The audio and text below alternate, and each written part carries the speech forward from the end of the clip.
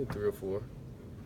How do you think the secondary held up in the scrimmage as a whole? We actually did a really good job. Usually the first scrimmage as a secondary, we allow a whole bunch of big plays and stuff like that, just because we haven't been working together in a game situation.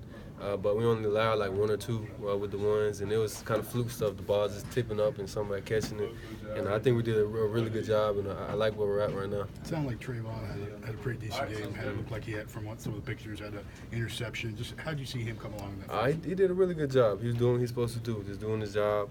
Made a couple plays. Obviously, he's gonna mess up. He's a young guy, but he came back, did what he's supposed to do. You guys feel like you were challenged after the spring and the A-Day game?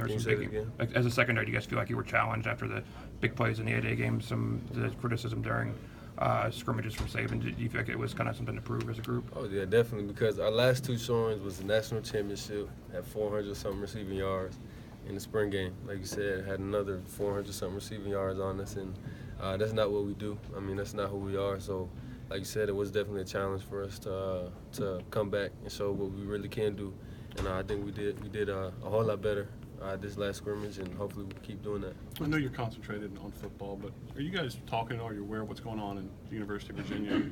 Nazis, rallying on campus. Yes, we are aware of that. Yeah. What do you guys think of that? No comment right now.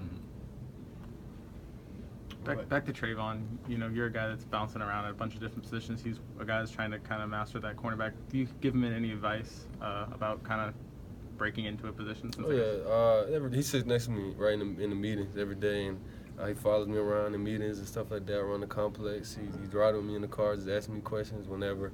And, because I played the position before, and he knows that I know what I'm doing, so he trusts me to ask me questions about it. And he's just soaking it all in, just trying to learn. What's the biggest piece of advice you've given him? You're going to get beat, but just make sure that you don't get beat again. You learn from it and just move on. Sounds like he's kind of been like a little brother to you a little bit, right? Do you kind of embrace that, as far as that role, and what other kind of advice are you giving him in that? Yeah, you definitely have to embrace it, because when I was a freshman coming in, I had a whole bunch of people doing the same thing for me, answering my questions. Making sure I'm doing what I'm supposed to be doing on and off the field, and I have a younger brother, 9 years old, so I know what it's like to have somebody to look up to and somebody to answer to. So, I just kind of do the same thing with him. Is that something that he initiated, or came to you one day and said, "Hey, do you mind me following you around a lot?" It just happened, because I was there, and then I got moved to safety, and he filled in the role, so it was kind of he's going to be asking me questions, he's going to be doing what I'm doing, so yeah, I just kind of embraced it. Would it be how does moving you around help Jeremy create better blitz looks? Blitz looks? Yeah.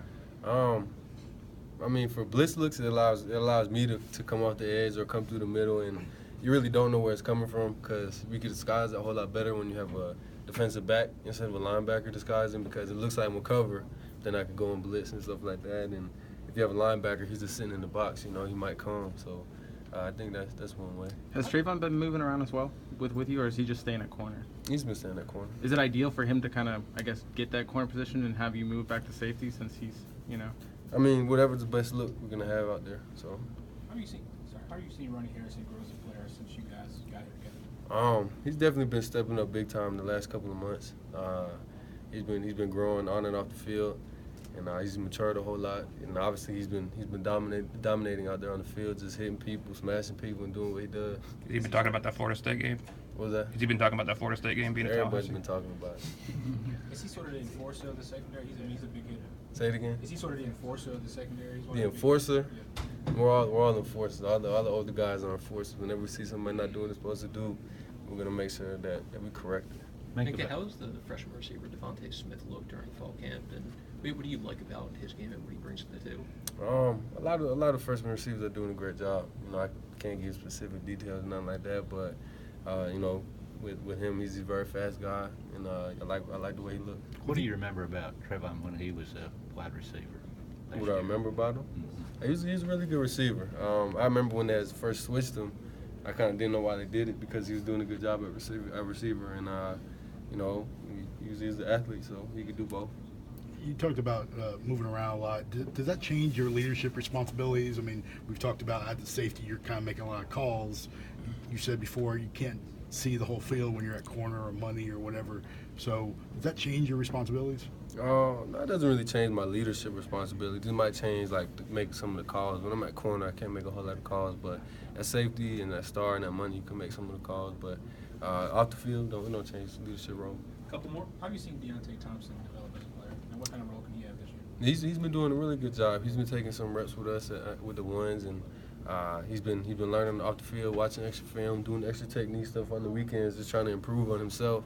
And I think he's been doing a really good job for us. How was yesterday going through Squad Sunday and going to church as a whole team? It's good just doing stuff like that. I mean, we do a lot of things off the field as a team together, or just with the position-specific groups. So doing something like that, going to church and hearing the great message was pretty cool. What about you specifically, getting the Charlie Compton Award? What does that mean to you? And it's a huge honor, just winning an award like that. Charlie Compton was a great man, and being able to be compared to him is a blessing. What's that leadership group been like, you and Bradley and several others, the Leadership Council? How much of a responsibility is that, and an honor, I guess? Do you feel like that's kind of a nice place to be? Yeah, I think it's definitely a nice place to be, to know that your coaches can trust you, and I know that your players are going to listen to you, and just do what they're supposed to do when you tell them what they're supposed to do, and that they're going to listen.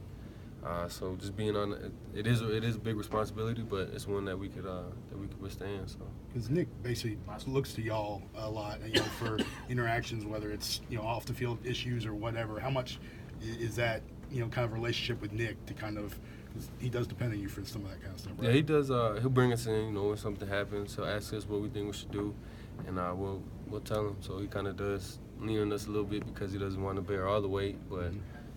He's the head guy, so he has to have people to trust and be able to help him out. Thank you. Okay, thanks, Minkah.